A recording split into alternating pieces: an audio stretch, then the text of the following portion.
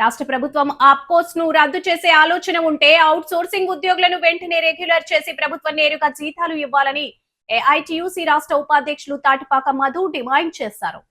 Rajahmundry municipal కార్యాలయం వద్ద ఆందోళనకు దిగారు. అంతకుముందు నగర ఎమ్మెల్యే ఆదిరెడ్డి శ్రీనివాస్, కమిషనర్ రాహుల్ మీనాకు వినతి పత్రం సమర్పించారు. తాటిపాక మధు, జిల్లా ప్రధాన కార్యదర్శి కె రాంబాబు మాట్లాడుతూ ఆప్కోస్లో పనిచేస్తూ మరణించిన వారి కుటుంబాలకు ఇప్పటికీ జీతాలు మంజూరు కాలేదన్నారు. అదేవిధంగా 60 సంవత్సరాలు పూర్తయిన పారిశుద్ధ్య కార్మికుల కుటుంబాలకు కూడా వెంటనే ఉద్యోగాలు కల్పించాలని వారు డిమాండ్ చేశారు. రిక్షా కార్మికులు తక్కువ వేతనంతో పనిచేస్తున్నారని, 12 గంటలు పనిచేయించుకొని కేవలం రూపాయలు 9,000 మాత్రమే వేతనం ఇస్తున్నారని, వారికి 21,000 చెల్లించాలని డిమాండ్ చేశారు.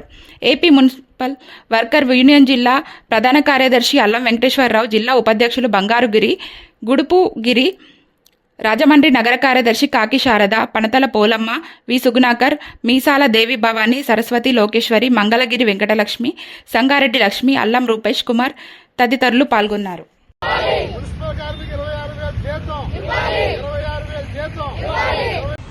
Rajahmundry AP municipal workers union ఆధ్వర్యంలో ఈరోజు ధర్నా జరుగుతుంది. మున్సిపల్ ఆఫీస్ వద్ద 3 ప్రధాన డిమాండ్లు. ఒకటే, గత సంవత్సరం అంటే 2022 సంవత్సరంలో మున్సిపల్ అవుట్ సోర్సింగ్ కార్మికులు, ఆప్క కార్మికులు చనిపోయారు. వారి కుటుంబీకులు ఇప్పటివరకు పని లేదు. గత 3 నెలల ముందు ఉద్యోగం చేయండి జీతాలు ఇస్తామన్నారు.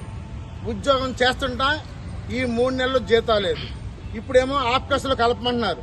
మీరు ఆప్కస్లో కలుపుతారా కలపరా, మీరేం చేస్తారో మీ ఇష్టం పాలకులు, కమిషనర్ గారు, కానీ మాకు జీతాలు మాత్రం ఇవ్వండి. అలాగే రెండో డిమాండ్, 60 ఏళ్ళు రావగానే రేపు 60 ఏళ్ళు రాగానే రేపు నుంచి ఉద్యోగం నుంచి రావద్దన్నారు. ఇది సాంప్రదాయంగా వస్తున్న ఉద్యోగం. దీన్ని నమ్ముకున్న కుటుంబీకులు ఎలా బతకాలి?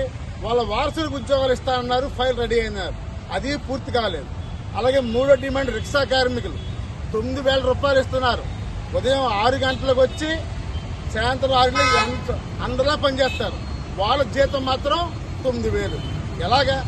అందుకే దీని మీద మేము ఈరోజు ఆందోళన పెడతాం. దీని ముఖ్య అతిథిగా ఏఐటియుసి జిల్లా ప్రధాన కార్యదర్శి రాంబాబు గారు హాజరయ్యారు. ఒకటే కోరుతున్నాం, పుష్కరాల్లోగు మా సిబ్బందిని పెంచండి, మా న్యాయమైన డిమాండ్ తీర్చండి. లేకపోతే రేపు 24 జరిగే ఆఫీస్ బేరర్స్ సమావేశంలో ఒక భవిష్యత్తు కార్యాచరణ ప్రకటిస్తామని సందర్భంగా తెలియజేస్తున్నాం.